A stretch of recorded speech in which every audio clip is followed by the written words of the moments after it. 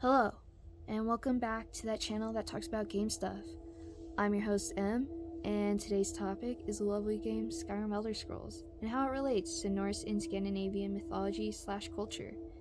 To give some background information, Skyrim Elder Scrolls is a fantasy RPG developed by Bethesda Gaming Studios back in 2011, and is directed by my man Todd Howard.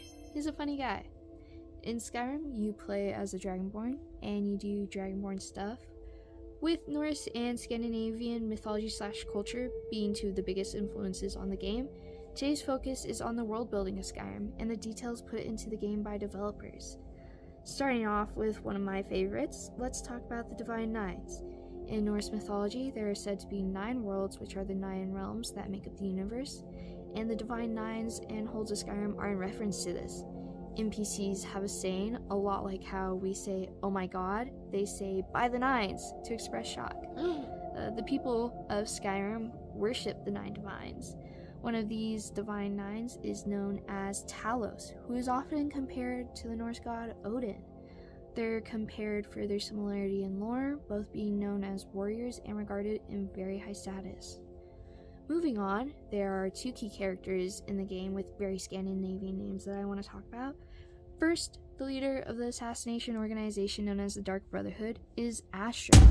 Astrid is an old Scandinavian name that means divinely beautiful, and unfortunately, here are some spoilers for the Dark Brotherhood quest.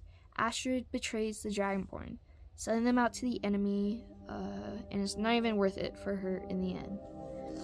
Another character in the game with a less popular name than Astrid, but I still don't like, is Ulfric. I don't like him. He sucks.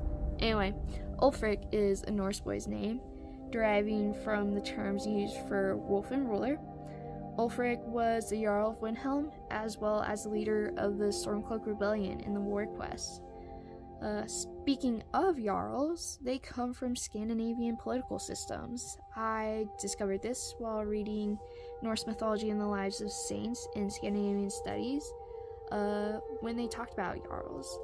The Jarl is assigned to be the leader of each of the 9 holds in Skyrim, and while the players cannot become a Jarl themselves, one may serve the Jarls by becoming Thane, gaining the ability to buy or build a house, and as well as bribe the guards if you commit a crime. Lastly, I want to talk about dragons in Skyrim. The serpent-like depictions of Skyrim dragons are a lot like the ones in Norse mythology. The main antagonist of the main quest in Skyrim is known as Alduin, a dragon nicknamed the World Eater, and he wants to bring about the Age of Dragons again. He resembles one of the 4 main dragons in Norse mythology, Fafnir, and both embody chaos and destruction. As for terrain, dragon graves in Skyrim are in the form of large burial mounds scattered all across the land, and Andrén talks of burial mounds and places monuments and objects, saying some of the early mounds could have been modeled on mounds in northern Sweden and Norway.